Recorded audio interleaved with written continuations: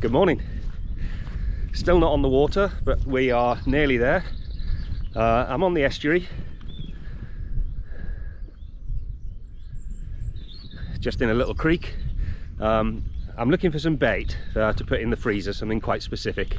I'll show you when we get down the estuary a little bit. Yeah, so the boat is nearly ready. It came back from the boatyard yesterday, having had its engine service, so no problems there.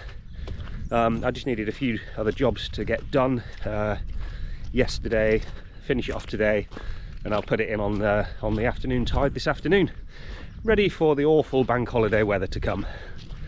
I did toy with the idea of trying to rush and get it in the water yesterday to go out today, but as you can see, it's just before 9. There's no water in the estuary, so it would have meant a 4 AM start. And you may be able to pick up the breeze on the camera. It's an east wind and slack tide, so the worst combination. I'd rather have a better day than that, but if I can get it in the water today, next weekend is looking really promising. The weather forecast is good, the tides are really nice, the time of the tide is nice, and it's building up to springs, so fingers crossed we'll get out then. Right, so I've got another 1/4 mile or so to walk down here to get where I want to go. I'll bring you back and see if I can find what I'm looking for. Well, it didn't take long to find what I'm looking for. I've never used these for bait before, but that is what I'm looking at.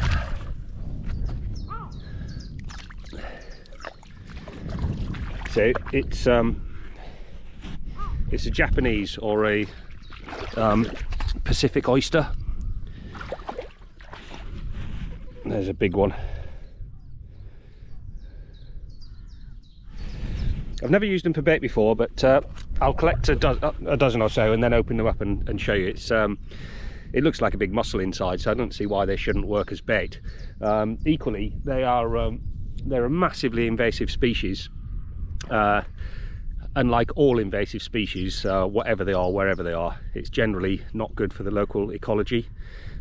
This estuary, this part of the estuary, this little creek, used to be a really productive cockle bed, and there are still cockles around, but nowhere near in the numbers that they were before the Japanese oysters turned up.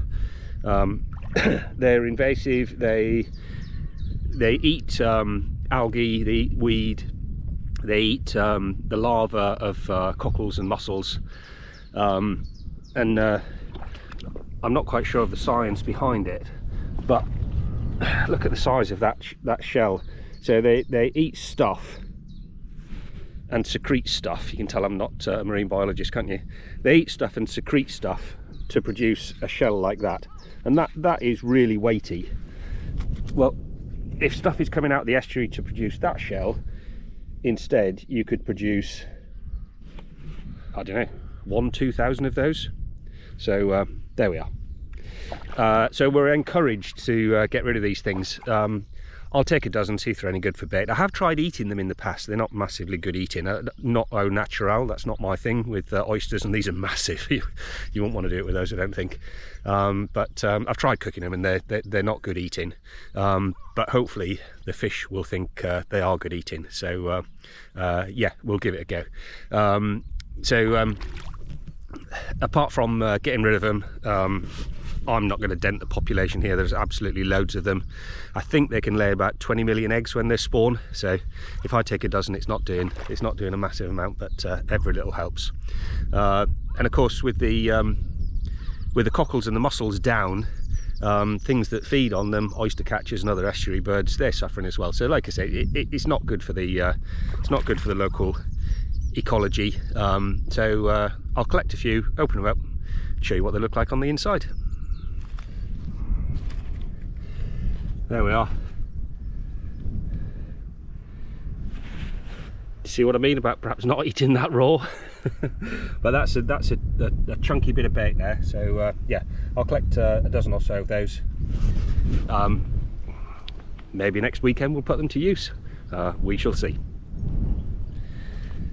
dangerously walking backwards, so you've got some sun on the camera.